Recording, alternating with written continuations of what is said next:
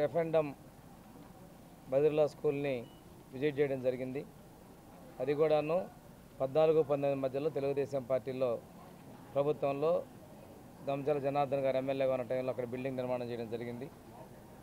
అక్కడ కూడా ఇప్పుడే కలెక్టర్ గారు చెప్పినట్లుగా కొన్ని మార్పులు తీసుకొని రావాల్సిన అవసరం ఉంది. ముఖ్యంగా బాత్రూమ్కి వెళ్ళినప్పుడు వాళ్ళకి ఏదైనా ఇబ్బంది వస్తే మనలాగా పిలిచలేరు, మాట్లాడలేరు. కాబట్టి ఒక ఎమర్జెన్సీ బెల్ సిస్టమ్ ఒకటి ఏర్పాటు చేయాలనేది నేను ఏడీ డిజేబుల్డ్ వారికి తెలియజేయడం జరిగింది. తర్వాత సాంఘిక సంక్షేమ డిగ్రీ పోస్ట్ మెట్రిక్ హాస్టల్ 2, 3ని గౌరవ ఒంగోలు ఎమ్మెల్యే దామచల జనార్దన్ గారు కలెక్టర్ గారితో కలిసి విజిట్ చేయడం జరిగింది. ఇప్పుడు ఇక్కడ ఉన్నటువంటి సమస్యల ప్రధానంగా జంగిల్ బాగా పెరిగిపోయింది. ఈ హాస్టల్ బిల్డింగ్ కూడా ఆ రోజున జనార్దన్ గారు ఎమ్మెల్యేగా ఉన్న సమయంలోనే ఏర్పాటు చేయడం జరిగింది. ఇక్కడ గొప్ప విశేషం ఏంటంటే Damacharla Anjaneyulu polytechnic college, Damacharla Sakkubayamma women's college పక్కన ఉండటం, ఈ హాస్టల్ ప్రెమిసెస్ కూడా ఇందులో ఏర్పాటు చేయడం, వారి మనవడు జనార్దన్ గారు ఉన్న సమయంలో హాస్టల్ బిల్డింగ్ నిర్మాణం చేయటం, ఇక్కడ పిల్లలు కూడా 2 చోట్ల నుంచి చదువుకోవడం అనేది వాళ్ళ కుటుంబానికి వీటన్నిటికీ కూడా అనుబంధం ఉన్నది. ఇప్పుడు కూడా వెంటనే ఇక్కడ డ్రైనేజ్ సిస్టమ్ వేసి కూడా మున్సిపల్ కమిషనర్కి వారు ఉత్తర్వులు ఇచ్చారు.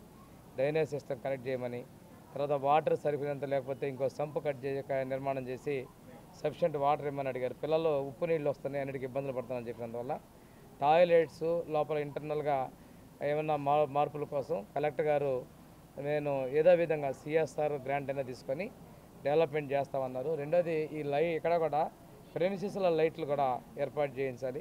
అది ఎమ్మెల్యే గారిని అది కూడా రిక్వెస్ట్ చేస్తాను. ఎందుకంటే ఆడపిల్లల హాస్టల్లో చుట్టుపక్కల లైట్లు అనేది ఉంటే ఎవరైనా ఆగంతుకులు వచ్చినా కానీ ఇన్సైడ్ లోపల నుంచి వాళ్ళకి కనిపించే విధంగా ఆ లైటింగ్ ఉపయోగ చేయాలి. డీడీ గారిని ఒకసారి నైట్ టైం విజిట్ చేసి మార్పులు చేర్పులు చూసి డీటెయిల్ రిపోర్ట్ ఇచ్చినట్టయితే ఎమ్మెల్యే గారితో సంప్రదించి మున్సిపల్ కమిషనర్ ఇంజనీర్లతో కూడా ఫాలోఅప్ చేసి కావాల్సినటువంటి వసతులు ఏర్పాటు చేయడం తీయాలని చెప్పి ప్రత్యేకంగా నేను ఒంగోలు ఎమ్మెల్యే దామచల జనార్దన్ గారిని అభినందిస్తున్నా.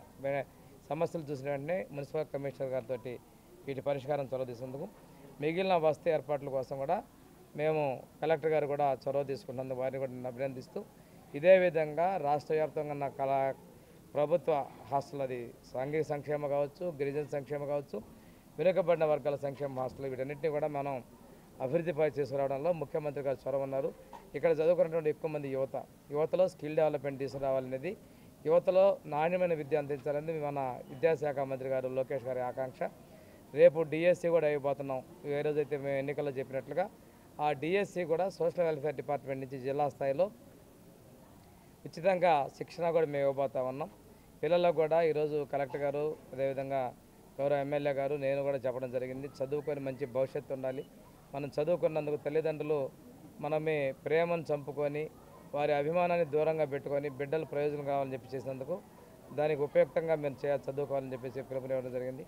ఈ సందర్భంగా కాలేజీ సిబ్బంది కూడా కలవడం జరిగింది. వారు కూడా మేము నాణ్యమైన విద్య ఎదుటలో ముందుంటామండి, ప్రభుత్వం యొక్క సూచనల ప్రకారం నడుచుకుంటామని చెప్పినందుకు ముందుకు తీసుకుంటూ తప్పనిసరిగా హాస్టల్ మెరుగు కోసం మేము కృషి చేస్తామని తెలియజేస్తామండి.